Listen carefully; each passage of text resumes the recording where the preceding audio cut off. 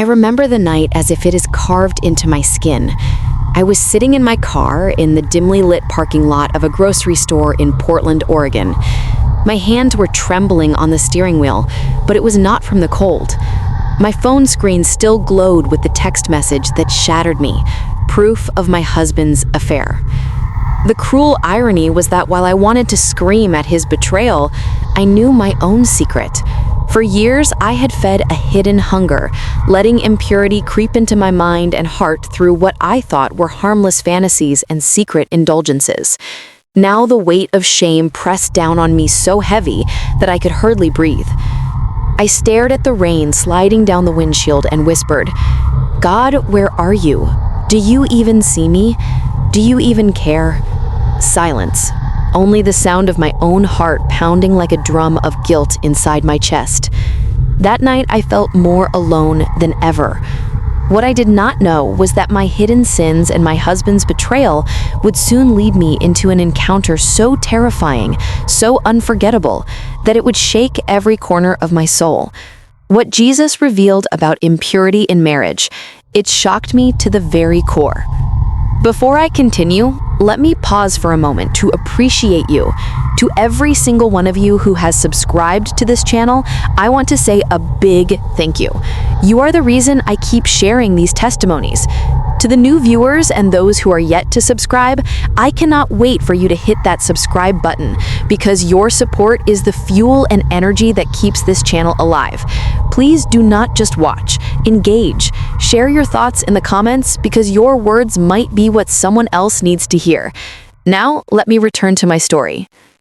My name is Evelyn. I am in my late 40s, a wife, and a mother of 2 grown children. On the surface, I looked like a good Christian woman. I went to church regularly, sang hymns, and kept up appearances. But underneath that polished exterior, my heart was hollow. Back in 2019, before everything came crashing down, my life was like a play staged for the world. People saw smiles and Sunday dresses, but what they could not see was my cold marriage, my loneliness, and my own secret sins. When my husband and I began to drift apart, I told myself I was the victim. I blamed him for the distance, for the lack of tenderness, for the arguments that grew sharper every year. But deep inside, I knew I was not innocent. I had let bitterness harden my heart, and in my weakness, I opened doors I thought I would never open. It started small: romantic novels, suggestive movies, little compromises I brushed off as just entertainment. But soon those seeds grew into chains. Impurity became my escape, my way of numbing the pain I refused to bring to God. I told myself it was harmless, that at least I was not the one physically unfaithful, but impurity is a quiet thief. It steals your intimacy with God, your ability to love, and your sense of who you are. At that time, God felt like a distant ruler to me. I believed he existed, but he was not personal. He was a judge in the sky, one who might strike me down if he saw the truth. So I kept performing at church, smiling while inside I was empty. But then came that night in the car, when the truth about my husband's affair collided with my own hypocrisy. Something inside me snapped. My world was collapsing, and I was about to discover that God was not distant at all. He was about to pull back the curtain of eternity and show me a reality that would terrify me, break me, and save me, all at once.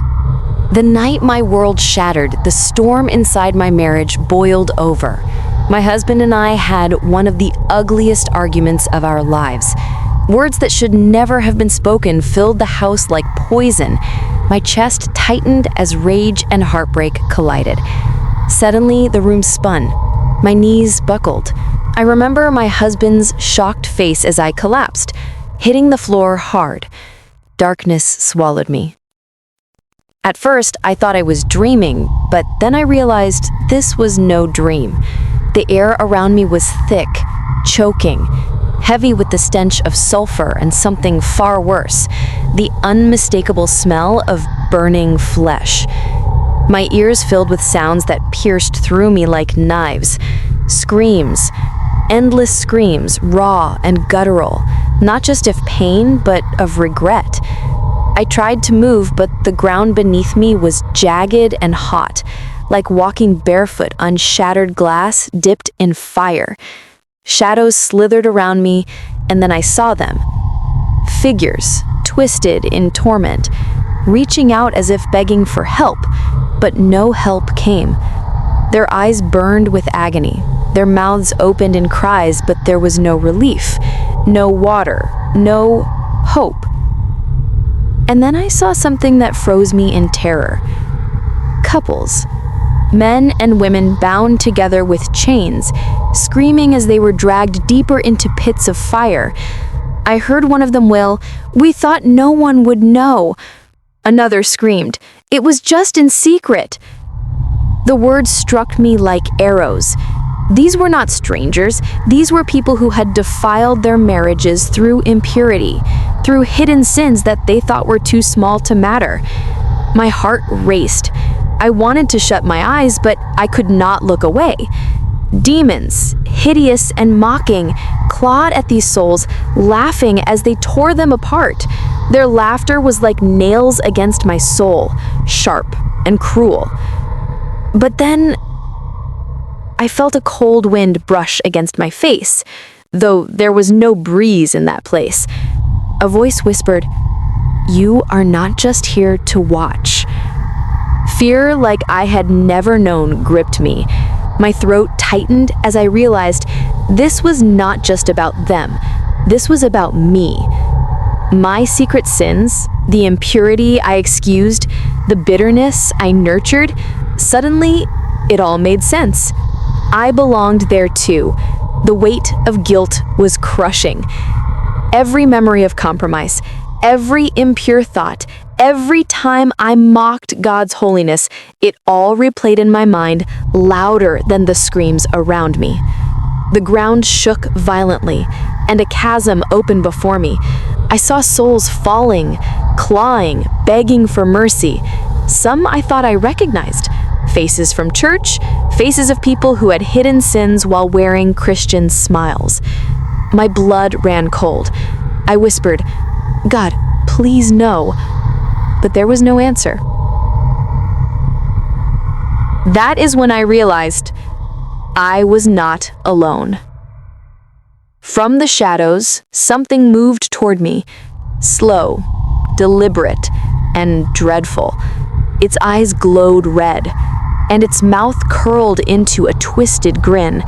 A demon, towering and grotesque, leaned close and hissed, "You played the game well, Evelyn. You thought your secrets would stay hidden, but here, everything is exposed." My body shook violently. I wanted to run, but my legs refused to move. I could feel its breath, hot and rancid, on my face. Chains rattled somewhere behind me. My mind screamed, "This cannot be real." And yet every fiber of my being knew it was. And then I heard it. A sound that pierced through the chaos. A voice. Not of torment, but of authority. "Enough!" The word thundered like an earthquake. The demon shrieked and recoiled. For the first time in that place, I felt something I had not felt since I arrived. Hope.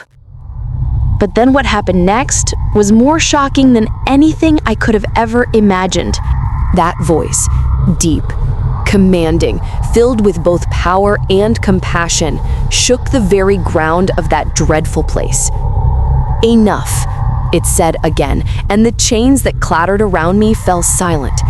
The demon that mocked me shrieked as though its skin was being scorched, retreating into the shadows.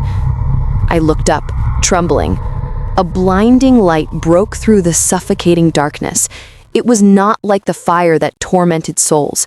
It was pure, holy, alive. My eyes burned, but my soul drank it in like water in a desert. Out of the light came a presence.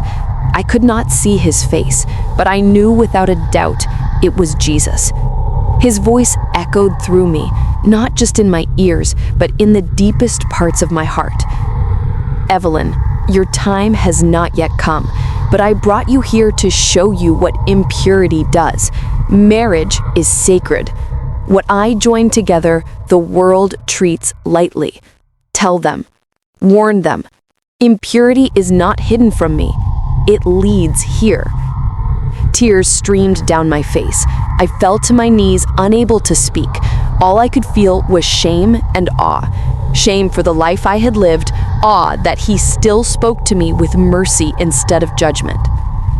Lord, I whispered, my voice cracking, I do not deserve to leave this place. Then his voice came again, this time tender, filled with love that wrapped around me like an embrace. No one deserves Evelyn. That is why I died. Go back. Live holy. Tell them I am real. Tell them my mercy is real, but so is my judgment. Choose life. The light grew brighter until it consumed everything around me. The screams faded, the stench lifted, the heat of the flames was gone. And then I woke up. I was lying on the floor of my living room. My husband was kneeling beside me, his hands shaking as he tried to wake me. He kept repeating, I thought I lost you. Evelyn, I thought you were gone. I opened my eyes, and for the first time in years, I saw him not as my enemy, but as a broken man who needed grace as much as I did.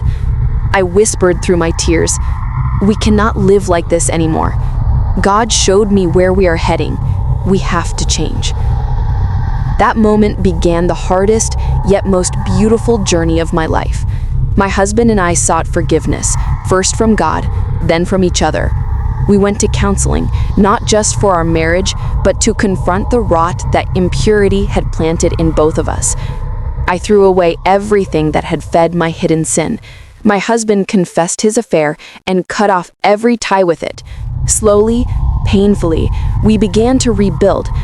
But the greatest change was not in my marriage, it was in me. I no longer saw sin as small or personal. I knew what it led to. I had seen it.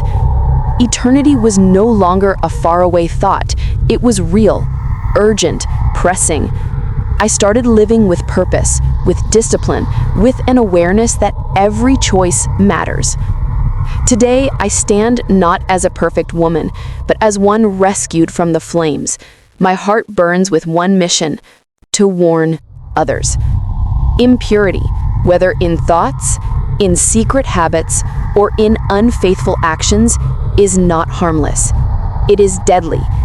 And marriage is not a casual contract. It is a covenant before God. Viewers, I need you to hear this. Hell is real. I smelled it. I felt it. I saw what awaits those who play with sin. But so is Jesus' mercy. He gave me a second chance, and He is offering the same to you right now. Remember this: sin promises pleasure, but it pays in torment. Holiness may feel costly, but it leads to life. And this: what you hide in secret, God sees in the light. Friend, if you are listening to me right now, I plead with you, do not gamble with your eternity. Repent, choose holiness, protect your marriage, walk closely with Jesus. Now, before I close, let me ask you, do you believe impurity is a small sin, or do you see it as God sees it? What steps are you willing to take today to guard your soul and your relationships?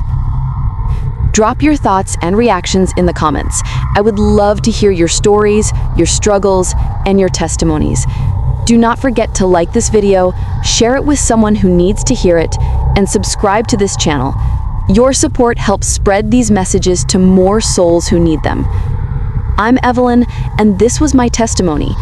My prayer is that it does not just stir your emotions, but that it shakes you into action. Hell is real, but so is hope in Jesus Christ. Choose life.